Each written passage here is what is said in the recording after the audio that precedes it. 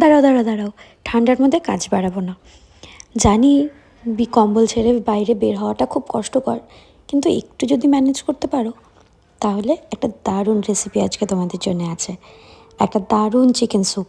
আর specially যারা weight loss করতে চাইছো বা হস্টেলে থাকো তাদের জন্য কিন্তু একদম আইডিয়াল। কোনো মশলাও না, কোনো রান্নার ঝামেলাও না, শুধু বাজার থেকে কিনবে, কাটবে, কড়াইতে দেবে, ফোটাবে, ব্যাস হয়ে গেল। আমি এখানে যা যা ভেজিটেবলসগুলো নিয়েছি তোমরা চাইলে কিন্তু তার সাবস্টিটিউট অন্য কিছুও নিতে পারো।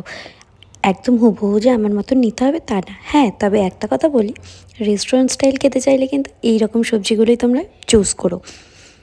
রান্নার মধ্যে মশলা হিসেবে লাগছে একদম হাফ চামচ আদা রসুনের পেস্ট, বা তোমরা যদি আদা বা রসুন ঝিরিঝিরি করে বা কুচি করে থেতো করে যেরকম খুশি দাও তাতেও চলবে, কোনো অসুবিধে নেই।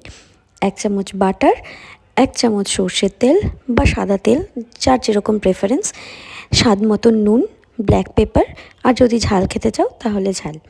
ব্যাস, এইটুকু মশলা একদম নির্ঝঞ্ঝাটভাবে সমস্তটা হয়ে যাবে খুব ইজিলি।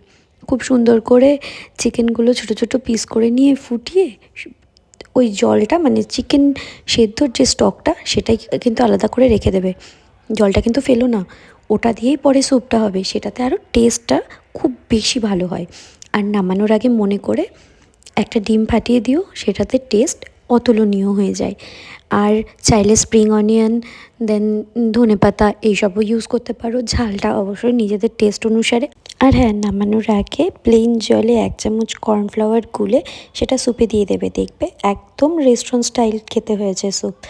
আর রেডি তোমার আজকে রাতের ডিনার।